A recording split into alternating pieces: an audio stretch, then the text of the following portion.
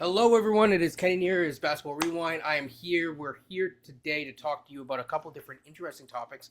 The first of which is going to be talking about the fact that the NBA has decided to defeat tanking, or at least combat it, the egregious type of tanking. Let's get into it. The NBA proposed three different, there's three different proposals that are on the table, of course, that are being voted on. And let's just go through the different ones and get your thoughts. The first is going to be the 18 team flat odds. So 18 of the teams, it basically expands the lottery out to all the way to 18. And the bottom 10 receive all the same, basically if you are out of the lottery, or if you are officially out of the playoffs, or play in, I guess, the bottom 10 teams all receive the same odds. So it's flattened odds and they expand the lottery out. That's proposal number one. Proposal number two is a little bit more confusing. So I wrote it down, as you kind of need to. It's basically the lottery odds are based on your total record over the past two seasons.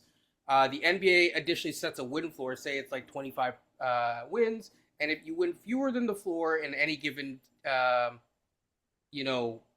year, so if you lose too many games, they will boost you to that win total so that you can't just, be wholly bad. So say 1 year you win 48 games, the next year you tank for 10, then the year two total would be 58, which would keep them at the back of the lottery line.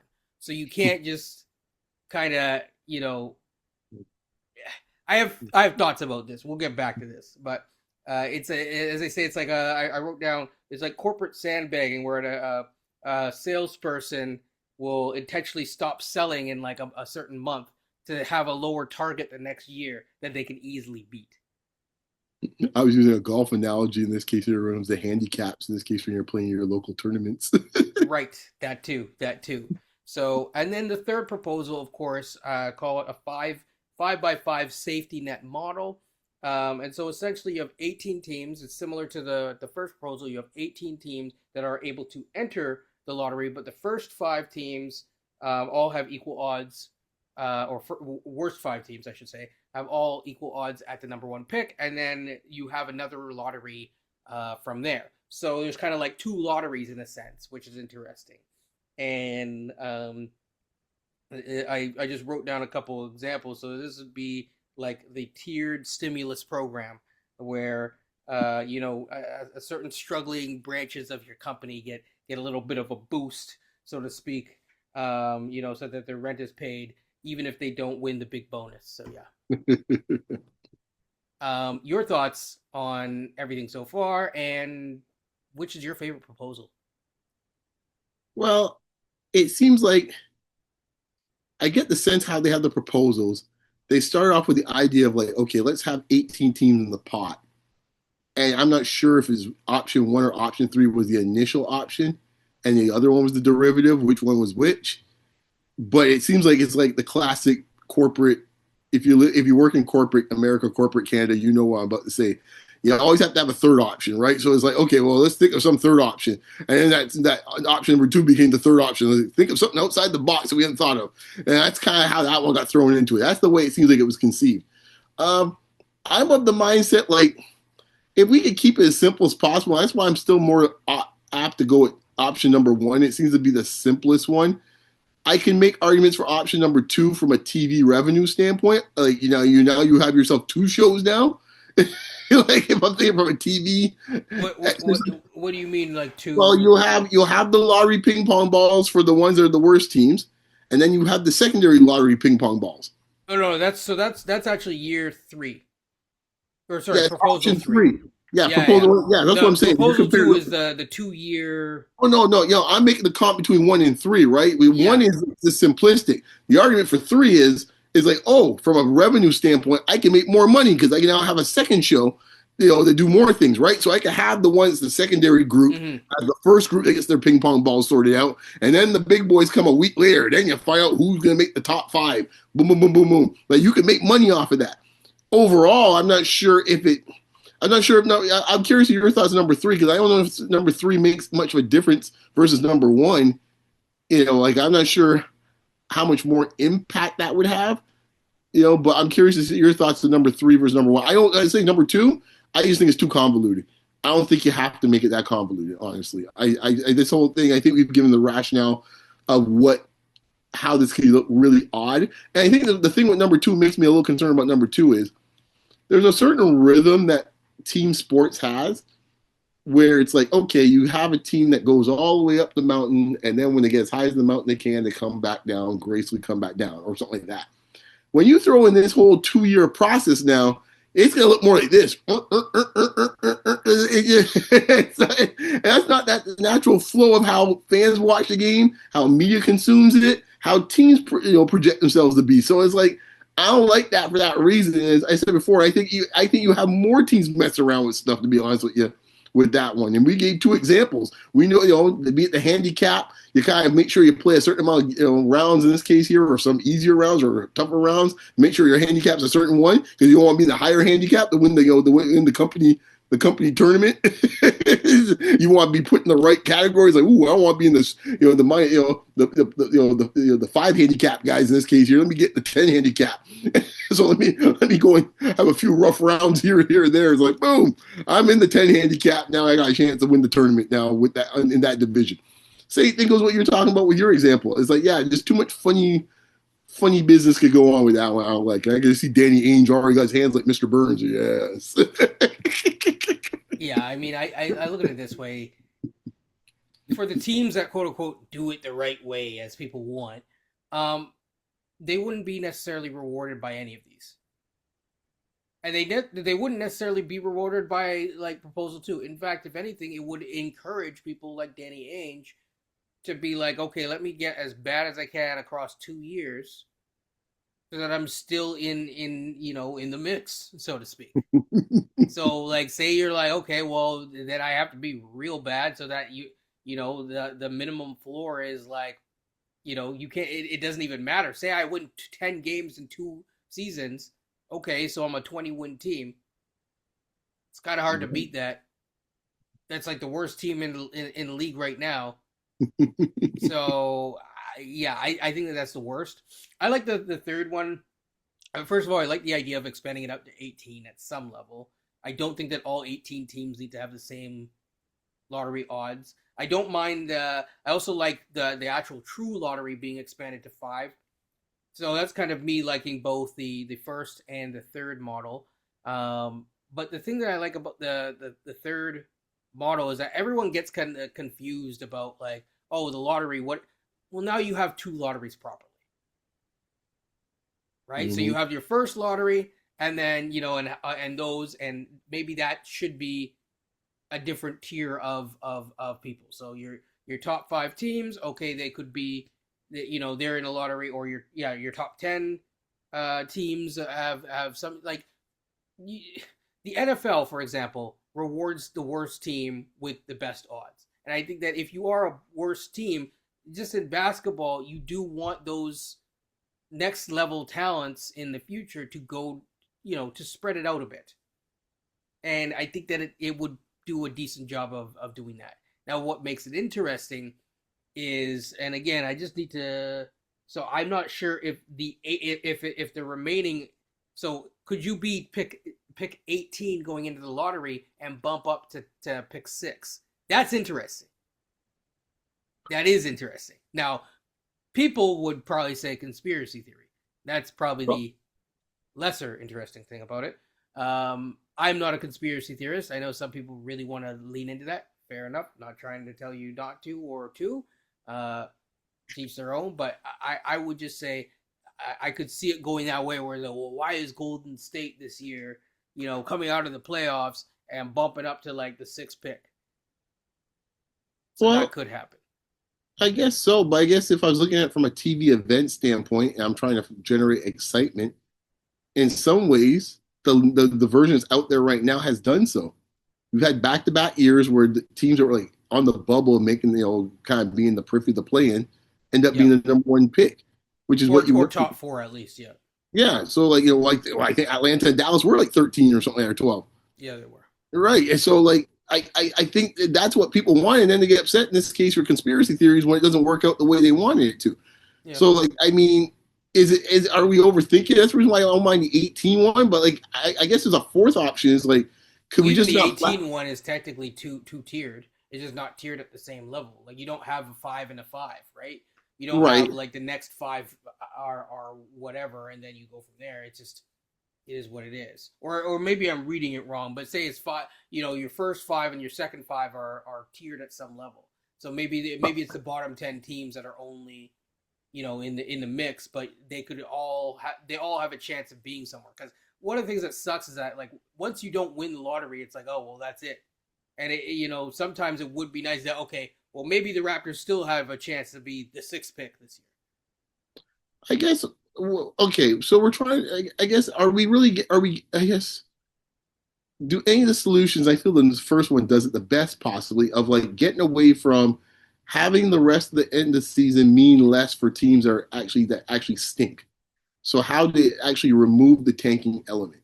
Well, they tried to do something that it was like I don't know. Someone said, well, if you win this many games, and then like after this, it's like now a tiered system where if you win games at this point, then that like and it's like almost like a reverse lottery. I don't really like that either. I don't really think there's a good answer for it. I just my feeling is, uh, how do I put this?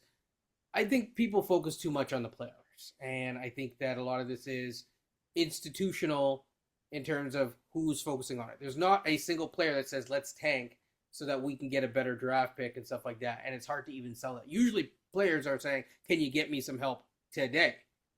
Players are more likely to be like the people in the spaces saying, "I don't know about Cooper Flag and his basketball fundamentals." Okay, because I that Cooper Flag is coming for your spot. That's why. Yeah, I think I was mulling over other team sports like okay, they have their issues of technically tanking as well too, but why is it not as as much of an epidemic maybe is that the right word for it in other sports? Okay, so football, the scenario will play out is Because if you people see hockey as being tough. well, I'll get to hockey in a second, but I But think football wise also, the other sports have multiple rounds above two, which that is is true. dangerous. So that's a big part of it. I think the second part is, at least for football, the season's so limited that it's hard. Like tanky doesn't really get into your bloodstream because it's only like 17 or 18 games. So Yeah, like it doesn't you really. can't set out the season like we're gonna tank. Yeah, Also, there's too it, many guys for an individual player. Like a quarterback can make a quarterback team, is the one. Yeah, but outside of a quarterback, there's like very few things no, that can kind of like yeah, really like maybe it's a really good tight end, but even then you no, still it's have to just have the a quarterback. quarterback. That's it. If you're trying to get a quarterback, No one that just is running the anymore like they used to. no. The quarterback is like the equivalent to a basketball star player coming out of college. And like in now scenarios, they've had those scenarios where teams have tanked and kind of like, Then end try up to, with Tim Tebow. well, yeah. And I think, the thing is football's like whatever and like just moves on with it.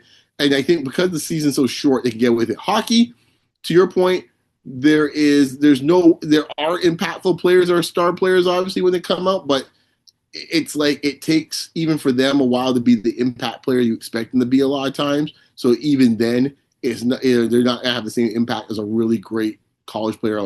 Like basketball has a certain element of it that it's hard to get around that, and I don't know how you do it. I was just thinking like, what if you just flatten the odds even more from the current way they are now? Well, didn't well both one and three do that? Didn't hockey do like a reverse like tanking type deal or something like that with the NHL where if you're the worst performing, they This flattened is out where I the miss, odds or something? I'm like, this is where I miss coach because he follows hockey a little bit more than us. it's been a I, minute since I've really been up and up on Yeah, and the for NHL draft stuff, I think they yeah. have done something like that. NHL draft for 200, Alex. I mean, like it's Yeah. like, yeah, but I think so because I think they've all had their issues with it, so they've had to put some different things in there. But I think hockey's done something similar. And but the thing is, hockey does. I would say overall, hockey doesn't have as many transformative players draft after draft that becomes an issue. So Yeah, you'll I mean there's that you'll get, obviously you have the number one pick, but like there's like every 5 or 6 years you get a dude, right? So Bedard was that dude a few years back, where it's like, oh, that's a dude. Now some Yeah. guys end up being dudes that no one knew was gonna be that much of a dude, but a guy where you hear from him from juniors, like, oh, okay, McDavid's the same thing. Well, I But think they also come, you're out there for less time on the ice, so yeah, that your impact it's not that it's limited. You have an impact, but your impact is felt in a limited way limited way, relatively. not like a basketball player, Yeah, right? because Where you're it's like out that. there and it's like it could be like a 30-second stint, boom, boom, and then you're out. Exactly. So I mean, I don't know. Like, I mean, I just wonder if they just like put a provision in pretty much like just made it like flatten the odds even more and just make it like a wild card in this case here. Right? That's why I like the 18 one. It's like, you know what? If you want to be like this Utah, you don't get any rights to get any more, ping pong balls in this case here. Like this flatten out is almost like it's almost negligible. And Well, let it be a I free also thing. like so I do like the flattening of the odds at some level. I also do like the idea of not just flattening the odds, but you can't be a top four pick twice in a row. Yeah, I think that is the other provision because like when it's all said and done, like hey, I'm a Pistons fan. The Pistons have taken multiple cracks, and only once we got the number one pick overall. So the Pistons would have been fine. But Right. then there's other teams where it's like if the team now I don't know how this it, I I would say that this should not extend to trades. So Mm, if you say you're Atlanta and they hmm get well technically they'd be fine because I think last year they weren't. But say they were in the top four last year and then this year they were also able to get um a top pick through Milwaukee. That's not their fault, hmm right? hmm So they should keep that pick. But I think the other thing that comes out of it too is that from a basketball management standpoint, if you really think about it from an NBA history standpoint, especially in the last 20 years, having a number one overall pick doesn't guarantee you to have a successful franchise moving Yeah. forward. It's very Well, rare. Like literally, no. the last number one overall pick to win a championship, and we know who he is. Tim Duncan? No, LeBron James. Oh, jeez. That dude, yeah, LeBron James is my daughter's Right. right. Like, I mean, no, the man from San Speaking of Antonio, Cleveland. yeah, the man from San Antonio might actually be there at some point, but like, he might be getting one. But a lot of times in this case here, like, third, fourth, fifth, eighth picks, 13th or 12th picks, wherever his SGA is, like, hey, Jokic is at the bottom of the draft. Like, you don't know who that person's gonna be, and like, it's becoming less and less the case. Like, that was the philosophy for up to about 1990s, where it's like, you know what, you get the number one pick overall, you got a good chance you'll be in the finals one day. Well, maybe Yeah. instead of just flattening the odds, they should also just. I like the idea of. This is why I like the idea of the 5-5 because it's like just because you don't say you're one of the five teams you don't get in because you have a better chance of getting into the top five. But hey, Mm-hmm. after that you're still in a lottery. You could still bounce all the way back, Mm, and that's where it gets interesting because you might really not be rewarded. right. So at Mm. least some sort of variation, maybe some sort of variation of the two. That might be interesting. Where That it's could like be it. Yeah, that could work maybe. where I it's think like okay, they have something there. Let's put it that way. Something with yes, the 18 teams. They might have to your point, kind of massage it a bit. I'd say But top six instead of top five. yeah, maybe something like That's what I that. did in 2K. That's It worked. that's It your worked actually. the Kenyan. I Named don't play after 2K me. much though. I'll be honest. But yeah. Yeah. Um. But yeah. Other than that, I mean, it's just to get into the overall playoff race, and I'll just bring it up right now. Sorry. Let me just bring this up right now. As of the filming of this, and we will see. I'm just gonna kind of like try to bide as much time to see what happens because one of these games is being affected. So, and there's a minute left. So that's why I'm kind of wasting time here. Um, It was going back and forth. and that would be the Hawks and the 76ers. Hmm They are both on the Raptors' heels, and right now, the if the Hawks won today, sorry, if the Hornets, I don't know why I keep saying the Hawks are also playing against the hmm Kings, but if the Hornets won today, they would be tied with the 76ers, and in fact, they'd go above the 76ers. They'd be in the seventh seed. They would be one back of the Raptors. So within the span of a week, you could see all of these 5 through 10 really is Hmm. very much up for grabs. And then the West is also. I mean, we talk about the West here and there, but I'm just bringing it up here. The West has kind of settled themselves out, but there is that 3 through say 6 that is still kind of up for grabs, with Houston kind of faltering along the way. Check out at Beyond the Locker Room for that coming out very soon. Rockets. Well, I think the um, problem is this. well, that team has some. I just give a sneak I, preview that team lacks leadership, and people can hate on Fred all they want. They missed a dude like that at this moment in I time. had this debate with Mouth of the North yesterday, and we were talking about this, and he asked me, he said, "Well, would Fred have?" And I said, "Fred would help, but Fred wouldn't solve the problem." I, I think there's some things that Fred would. I think Fred would really. Actually, in a lot of ways, I think the three issues they have, Fred will actually solve almost all three of them in some ways. Well, I'm thinking just from the Twitter finger standpoint. I No, don't but like he can't control that. no, but I think what I'm looking at from the standpoint, I think that is, but it'd be almost that's almost baked in almost on most teams these days, man. When it comes to that, Not at that level, man, where the guy's like literally like comes out and he's talking trash about everyone, calling him stupid and stuff. well, that dude. I mean, I think that's the reason why Fred would come in handy because the problem with him is he's no leader. He's never been a leader. He's come out there and hoop. But if you have a buffer of a guy like Fred who actually would be seen as a leader, then he can just do whatever the hell he's doing. If that's Twitter, that's his thing. So be it, right? Problem is they don't have any grown-ups in the room right now.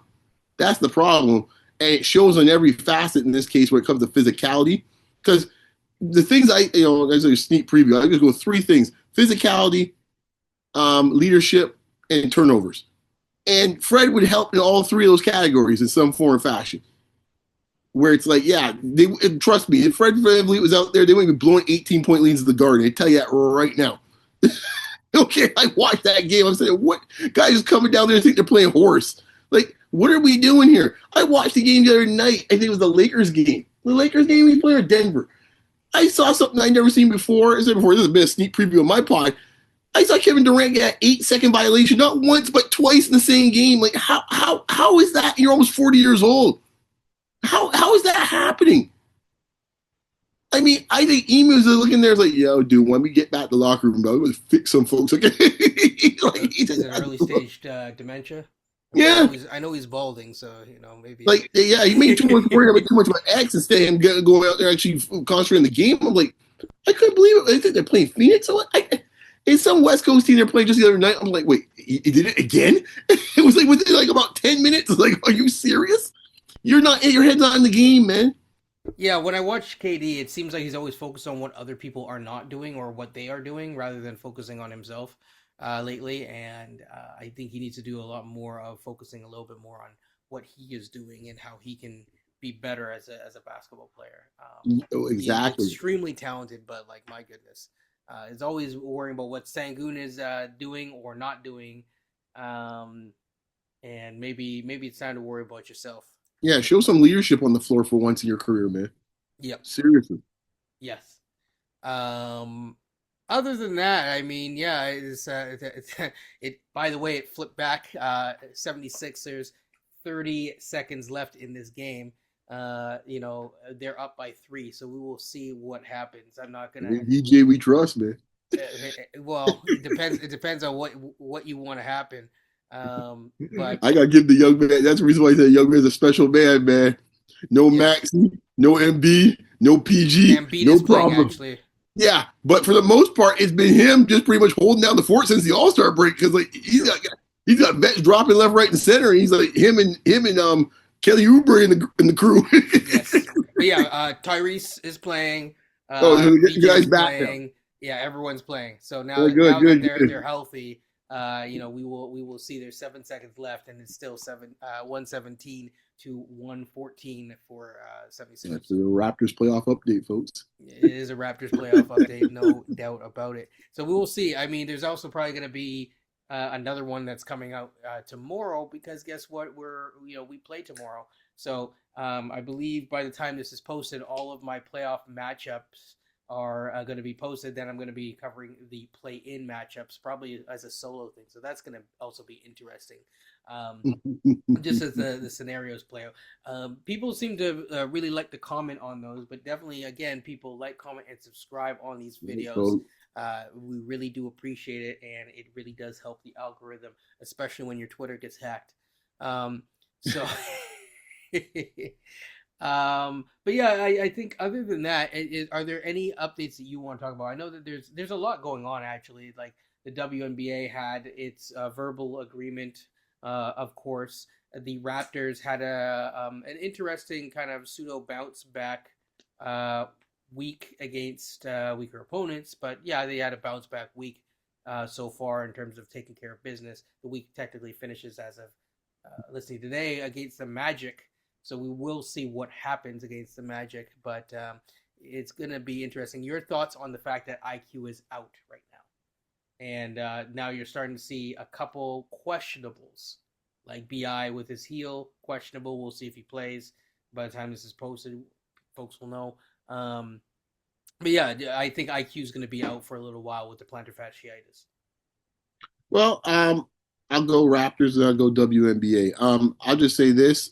We've been playing with house money all year with guys that are usually historically not really healthy players, Yes. and we've gotten away with it. And at some point, that bill is going to be due, and that might be what's happening right now. The bills come up, and it's like it's only a matter of time that you're playing with that You trying there. to say don't cash checks that or Yeah, I can't, yeah, I can't. Exactly. yeah, Yeah, as the Undertaker would say in this case, yeah, because yeah, man, as Taker would say, because what you see with the numbers from a standpoint of health, that was something where it's like it looked like a mirage. There's no way this can last for this long, no way.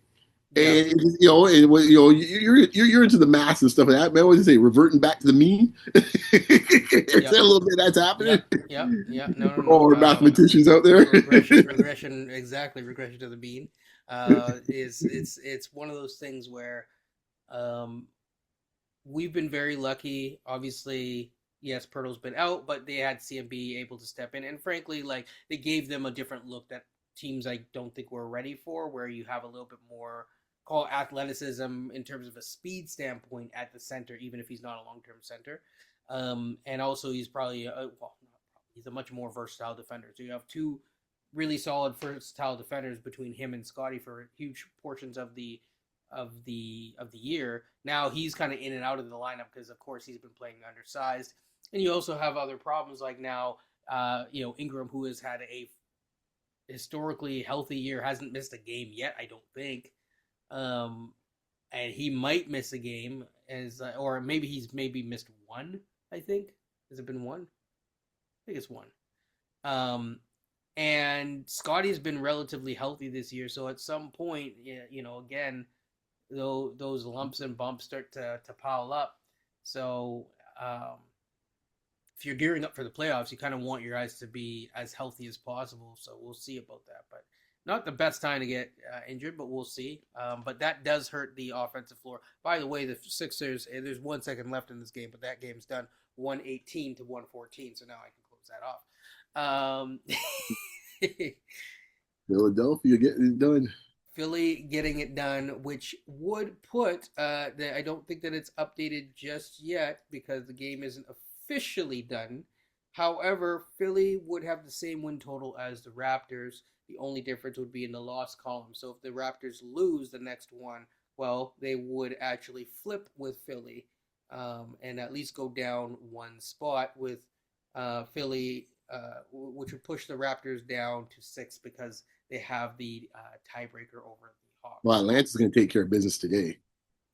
Yes. So if Atlanta wins, so then it would put the Raptors all the way down to 7. Seventh, right? Because Sacramento right now is pretty much offering themselves as a sacrifice at the moment for everybody. Yes. Peterson, get ready for purple and black, my friend. Good luck with that. With that mentality of that franchise, boy, can't wait to watch that play out. Okay, that's for your draft talk discussion. But I'll just say this: W wise, props to the ladies.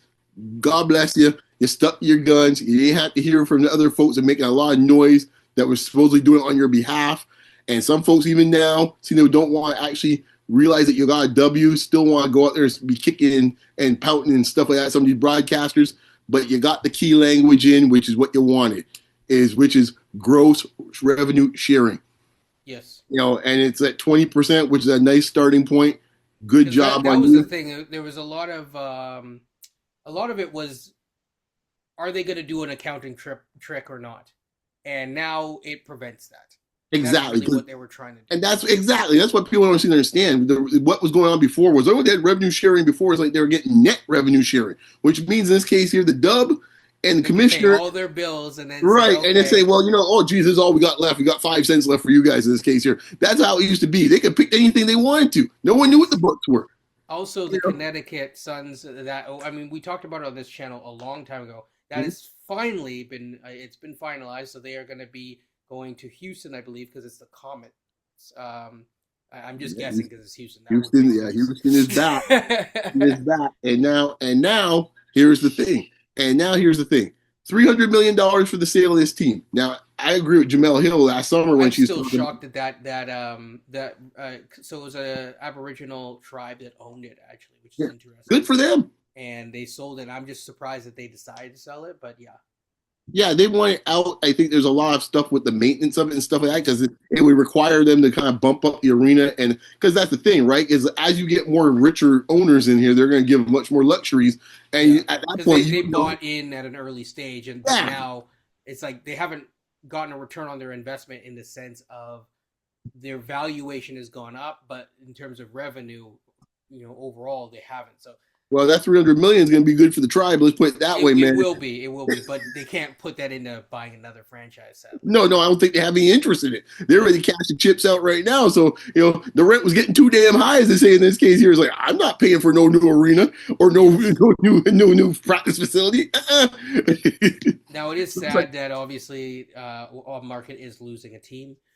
So from that standpoint, it is a little bit sad. I think Boston will be back in the mix before you know it. Let's put it that way. I'm not talking about Boston. I'm talking about just out of Connecticut. That's kind of sad. Oh, I think Connecticut was dead in the water. I mean, for our NHL fans, they know how that goes in that market. It was nice for Hartford. It was nice while it lasted. Like, that market is not sustainable for a large size, big time city at this point in its. I wonder why that is. I need to look into the. I think it's just one of those things where over time, Hartford. I mean, my in-laws live out there and stuff like that. Their family out in that part.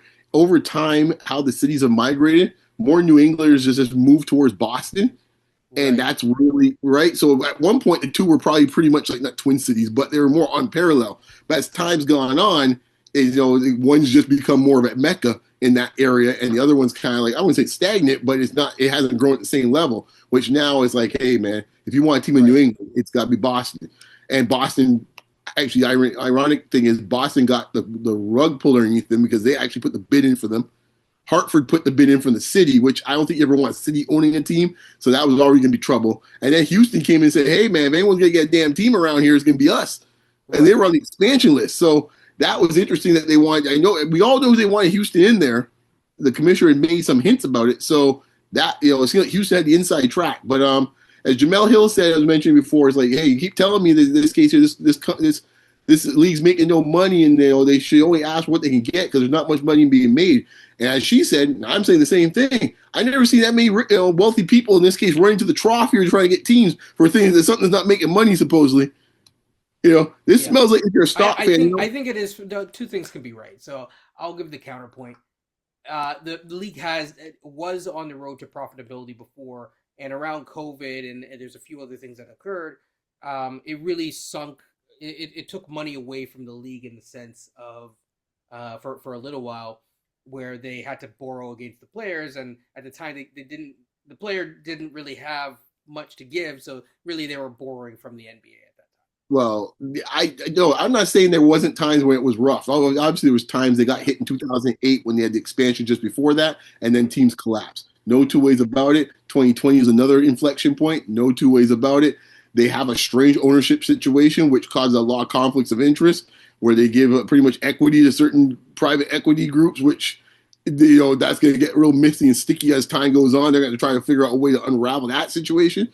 But when it's all said and done, the last 3 years or so, how things are moving, I'm sorry to say, I understand they might say they don't have money here and money there, but at some point, if you're thinking money's coming, I think of like a small cap stock that's Yeah. on the rise, right? You know where it's going in 5 years' time. So let's not act in this case here like, money's not going to be made when you just had a TV deal worth as much as the NHL deal in the US, I think the real essentially. question is they had partners that came in during COVID and kind of jumped in there and kind of gave them an infusion of cash. It wasn't the Right. That NBA, group. but that group took a good chunk.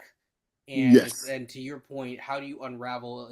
I presume that's what you were alluding to. How Yeah. do you unravel that group from? Because it's like what 15% or something like that. Like it's a Something good like that. chunk Yeah. It's like so of 16, something like it's crazy. I but mean, of the league, of the of the entire league. of the league. 16, I So think it is. it's a good yeah 15-16%, and that's a good chunk where you're trying to like negotiate with kind of three parties now. Yeah.